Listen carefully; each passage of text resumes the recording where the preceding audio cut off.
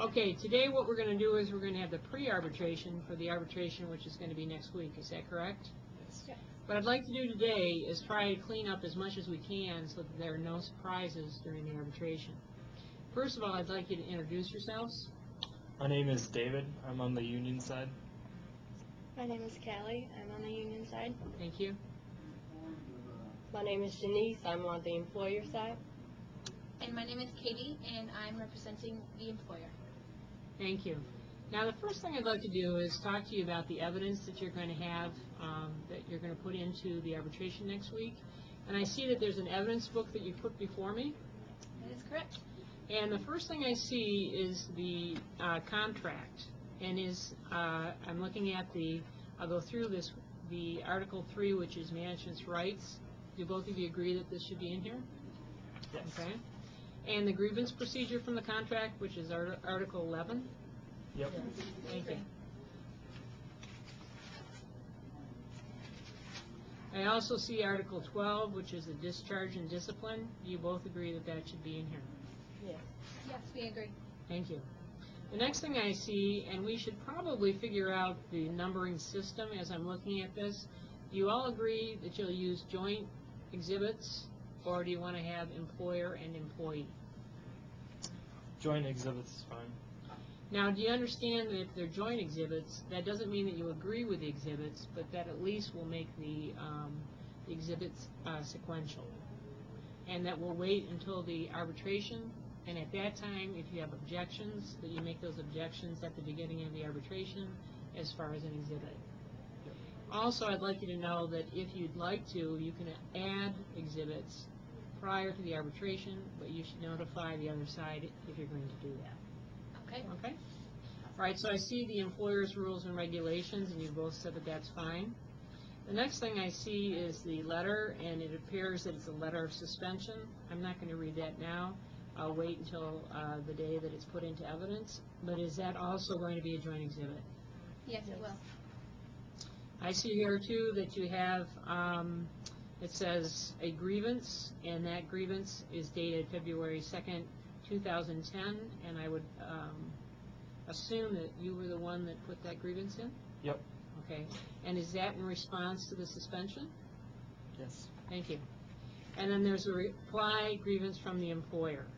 Katie Seeger has signed that, and that's dated 2/10/10, correct? Correct. Okay. And so that will also be a joint exhibit. As far as your witness list, you have supervisor, and you have a student intern, you have another student intern, you have the clerical worker, and you have, I believe, the grievant. Is that correct? Mm-hmm. Okay. Are there any other witnesses that you can see at this time that you might be bringing forward? There are not. Nope. So you've conducted your investigatory interview, and you're both satisfied with this witness list. Yes. I would ask, what do you think that the supervisor is going to testify to, not specifically, but just in general terms?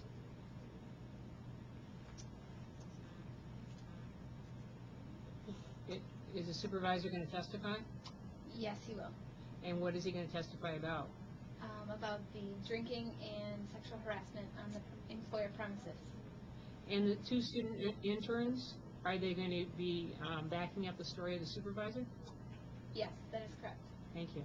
And the clerical worker, what will be the testimony of the clerical worker, just briefly? Whose witness is it? It's yours? Mm-hmm. And what will the clerical worker be testifying to? Mary's story. Okay, so the clerical worker will be supplementing the story of the grievant? Yes. Okay, thank you very much.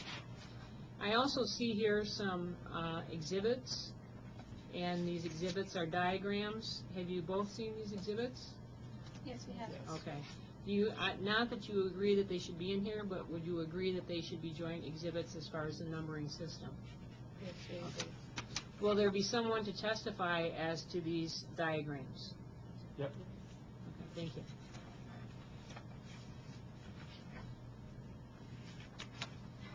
Is there anything else that you plan to do as far as the as far as the arbitration. You plan to present your side of the story, and you understand that the employer has the burden of proof, Right. and that you, in fact, have to prove just cause, That is right. okay? And the union, you're prepared to go forward and show that they do not have just cause. Definitely. Okay, thank you. As far as the hearing itself, do you have any questions, the procedure? As of now, we do not have any questions. Let me explain how I like the arbitrations to go. I like there to be an opening statement by the employer and an opening statement by the employee or the union. After that, I like the employer to go first with their witnesses. After each witness has been subjected to direct exam, then the employees, or the union I should say, they are allowed to cross-examine that witness. After all of the employer's witnesses have been gone through, then at that time, the union has a chance to go forward with their witnesses. They'll have direct exam of their witnesses, and after each direct exam, you'll be allowed to do cross-exam. At the end, you can elect to either do a closing statement, or you can file briefs. Are there any questions? Nope. Okay, thank you very much.